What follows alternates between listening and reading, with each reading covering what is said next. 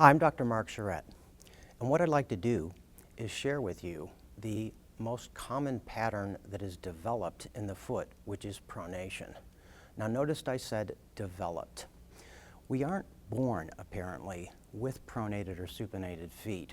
We actually develop these. We're born with the type of foot we have, whether it's very flat or high arched or somewhere in between. It appears that pronation is a functional adaptation to help level the pelvis. Pronation or supination seems to develop very slowly over a period of years. Now, from the time we learn how to walk at roughly a year old until the time when the growth centers close and the long bones in the lower extremity, somewhere in the mid to late teenage years, we're going to have many, many micro and macro traumas. An example would be falling as a youngster while you're learning how to walk. It appears that the sacroiliac joints will torque, or what you might think counter torque, as a result of these macro and micro traumas. Now, if you could picture an unlevel pelvis, picture this in this diagram that you're looking at right now. It appears that the nature of pronation is bilateral but asymmetrical.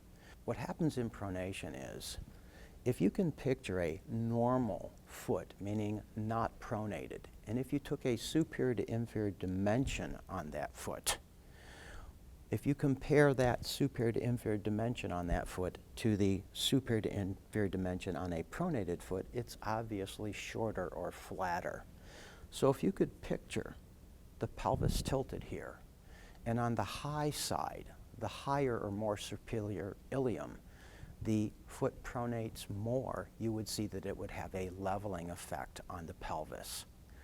Now, the soft tissue retaining mechanism, as I've said in many other videos, does not seem to be muscular in nature, it's ligamentous in nature. So, we take somewhere between 5,000 and even 10,000 steps per day. In a walking gait, 2.5 times the body's weight on heel strike. On a running gait, 3.5 times the body weight. So you have tremendous force. Now, the ligamentous integrity, which is made up of the plantar fascia and all of the other bone-to-bone ligaments in the foot, over time become plastically deformed. It's like taking this plastic wrap and stretching, stretching, stretching.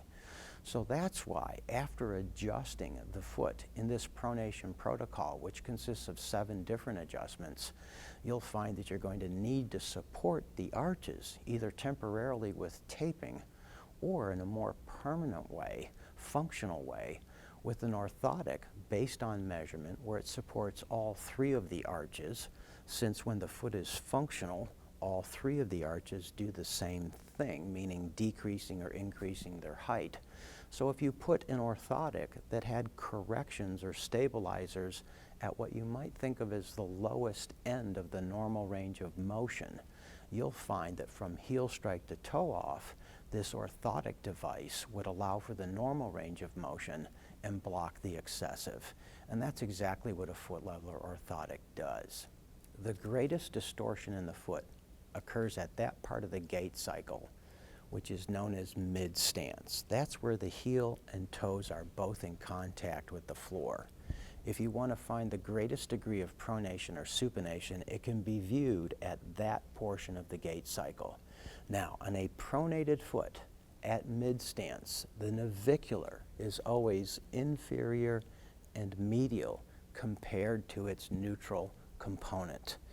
The cuboid, due to forced inversion, this rolling of the ankle mechanically causes it to go superior and lateral. Prior to forced inversion, hyperinversion if you will, the cuboid has more of a tendency to go inferior and lateral.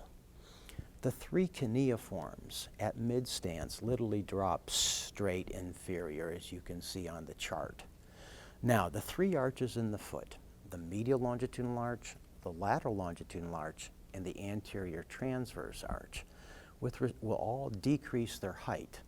With respect to the anterior transverse arch, as you can see on the chart, the 2nd, 3rd, and 4th metheads will drop down, and then the 1st and 5th metatarsals will go superior lateral and superior medial. Now, the talus at mid-stance is actually mostly anterior and slightly lateral. The calcaneus will literally plantar flex and evert, meaning it's going down and out. Now, the fibular head, which is technically part of the knee, I'm going to adjust as part of the foot pronation protocol because it's probably one of the easiest places to get to it.